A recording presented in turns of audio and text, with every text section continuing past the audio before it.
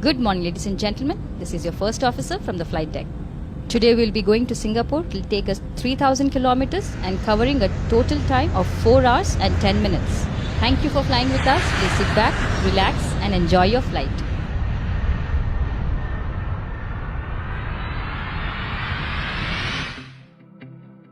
Hi, my name is Aruna.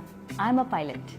I work as a senior first officer in a reputed airline in India based out of Bangalore. I was born in a Hindu Brahmin family in a small town called Joda. It's near Jamshedpur. When I was 10 years old, on one Sunday calm morning, the loud noise of a helicopter descended, and from there arose my dream to be a pilot out of the dusk, literally. Whenever an airplane would fly over my house, guess what I would do? I would run out to watch it. It was mere joy. From that day, I decided I want to be a pilot. I didn't have enough resources, neither anybody to help me. After finishing my 12th standard, I went to do engineering in a college in Hyderabad. When the seniors found out that I want to be a pilot, I became the joke of the college. They would send people to call the pilot just to rag and make fun. But that didn't deter me. Even though it was intended to put me to shame, I felt it's a matter of great pride that they're calling me a pilot. I didn't have enough resources and I thought, let me join the Air Force. But to my utter disappointment, I had already crossed the age to apply. Unsure about my future, I came to Bangalore and joined a call center and worked there for 8 months.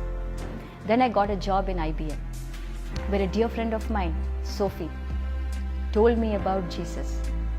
Though I liked the idea of having a relationship with the living God, I was very cautious. With my guard up, I attended a Christian retreat one weekend. To my surprise, I loved it, and I kept on attending week after week. One Sunday morning, they spoke about Jeremiah 29:11. That was the turning point of my life. The scripture says, "For I have plans to prosper you and not to harm you, to give you a hope and a future." I took a leap of faith and I quit IBM. And I decided once again to pursue my dream to be a pilot.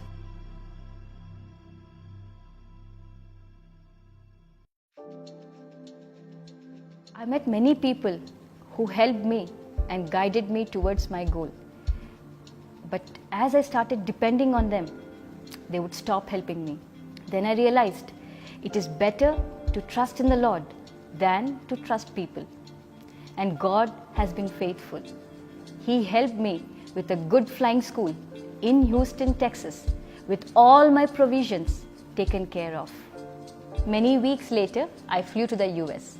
As crazy as it sounds, being fascinated with aircrafts all through my life, this is the first time I ever boarded an airplane.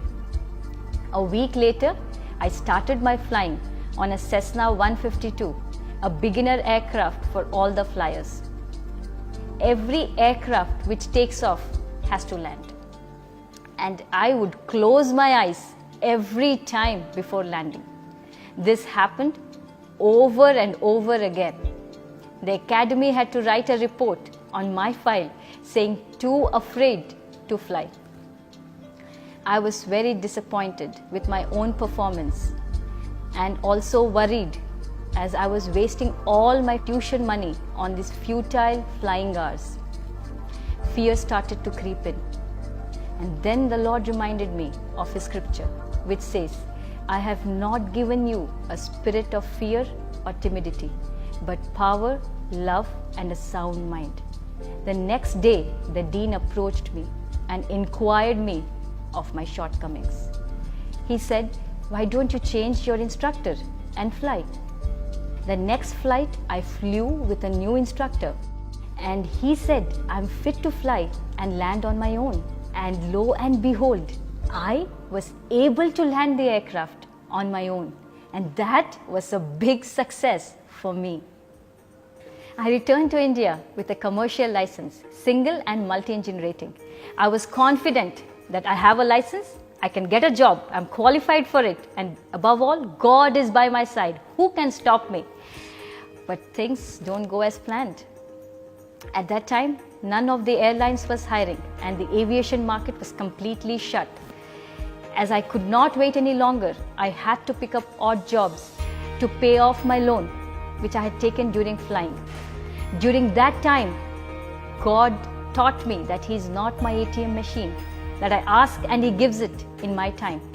I had to learn to wait for His perfect timing because He is always an on-time God. He taught me what worship is all about. He taught me that I need to worship Him for who He is in my life, not what He can do or what He has already done in my life. As 5 years passed by, I was already approaching the age where I would not be eligible anymore to apply for the airlines. Suddenly, a friend of mine called. She said, a reputed airline is going to induct pilots in the near future. Why don't you apply and start preparing? I thought to myself, yes, I should start preparing. And I applied for that exam, which happened 9 months later. And with the help of God's wisdom, I was able to clear the exam among the top 10. And soon, I was given an appointment letter to join as a junior first officer in the reputed airline. I would just like to think this and thank God, for He who has begun a good work is faithful to complete it. After my training, I got placed in Bangalore. I fly the domestic and the international sectors all across the globe. In Bangalore, God gave me a spiritual home, that is Bethel AG Church, Hebbal.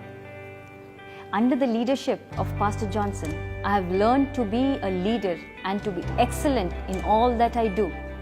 And in a short span of time, God promoted me from a junior first officer to a senior first officer.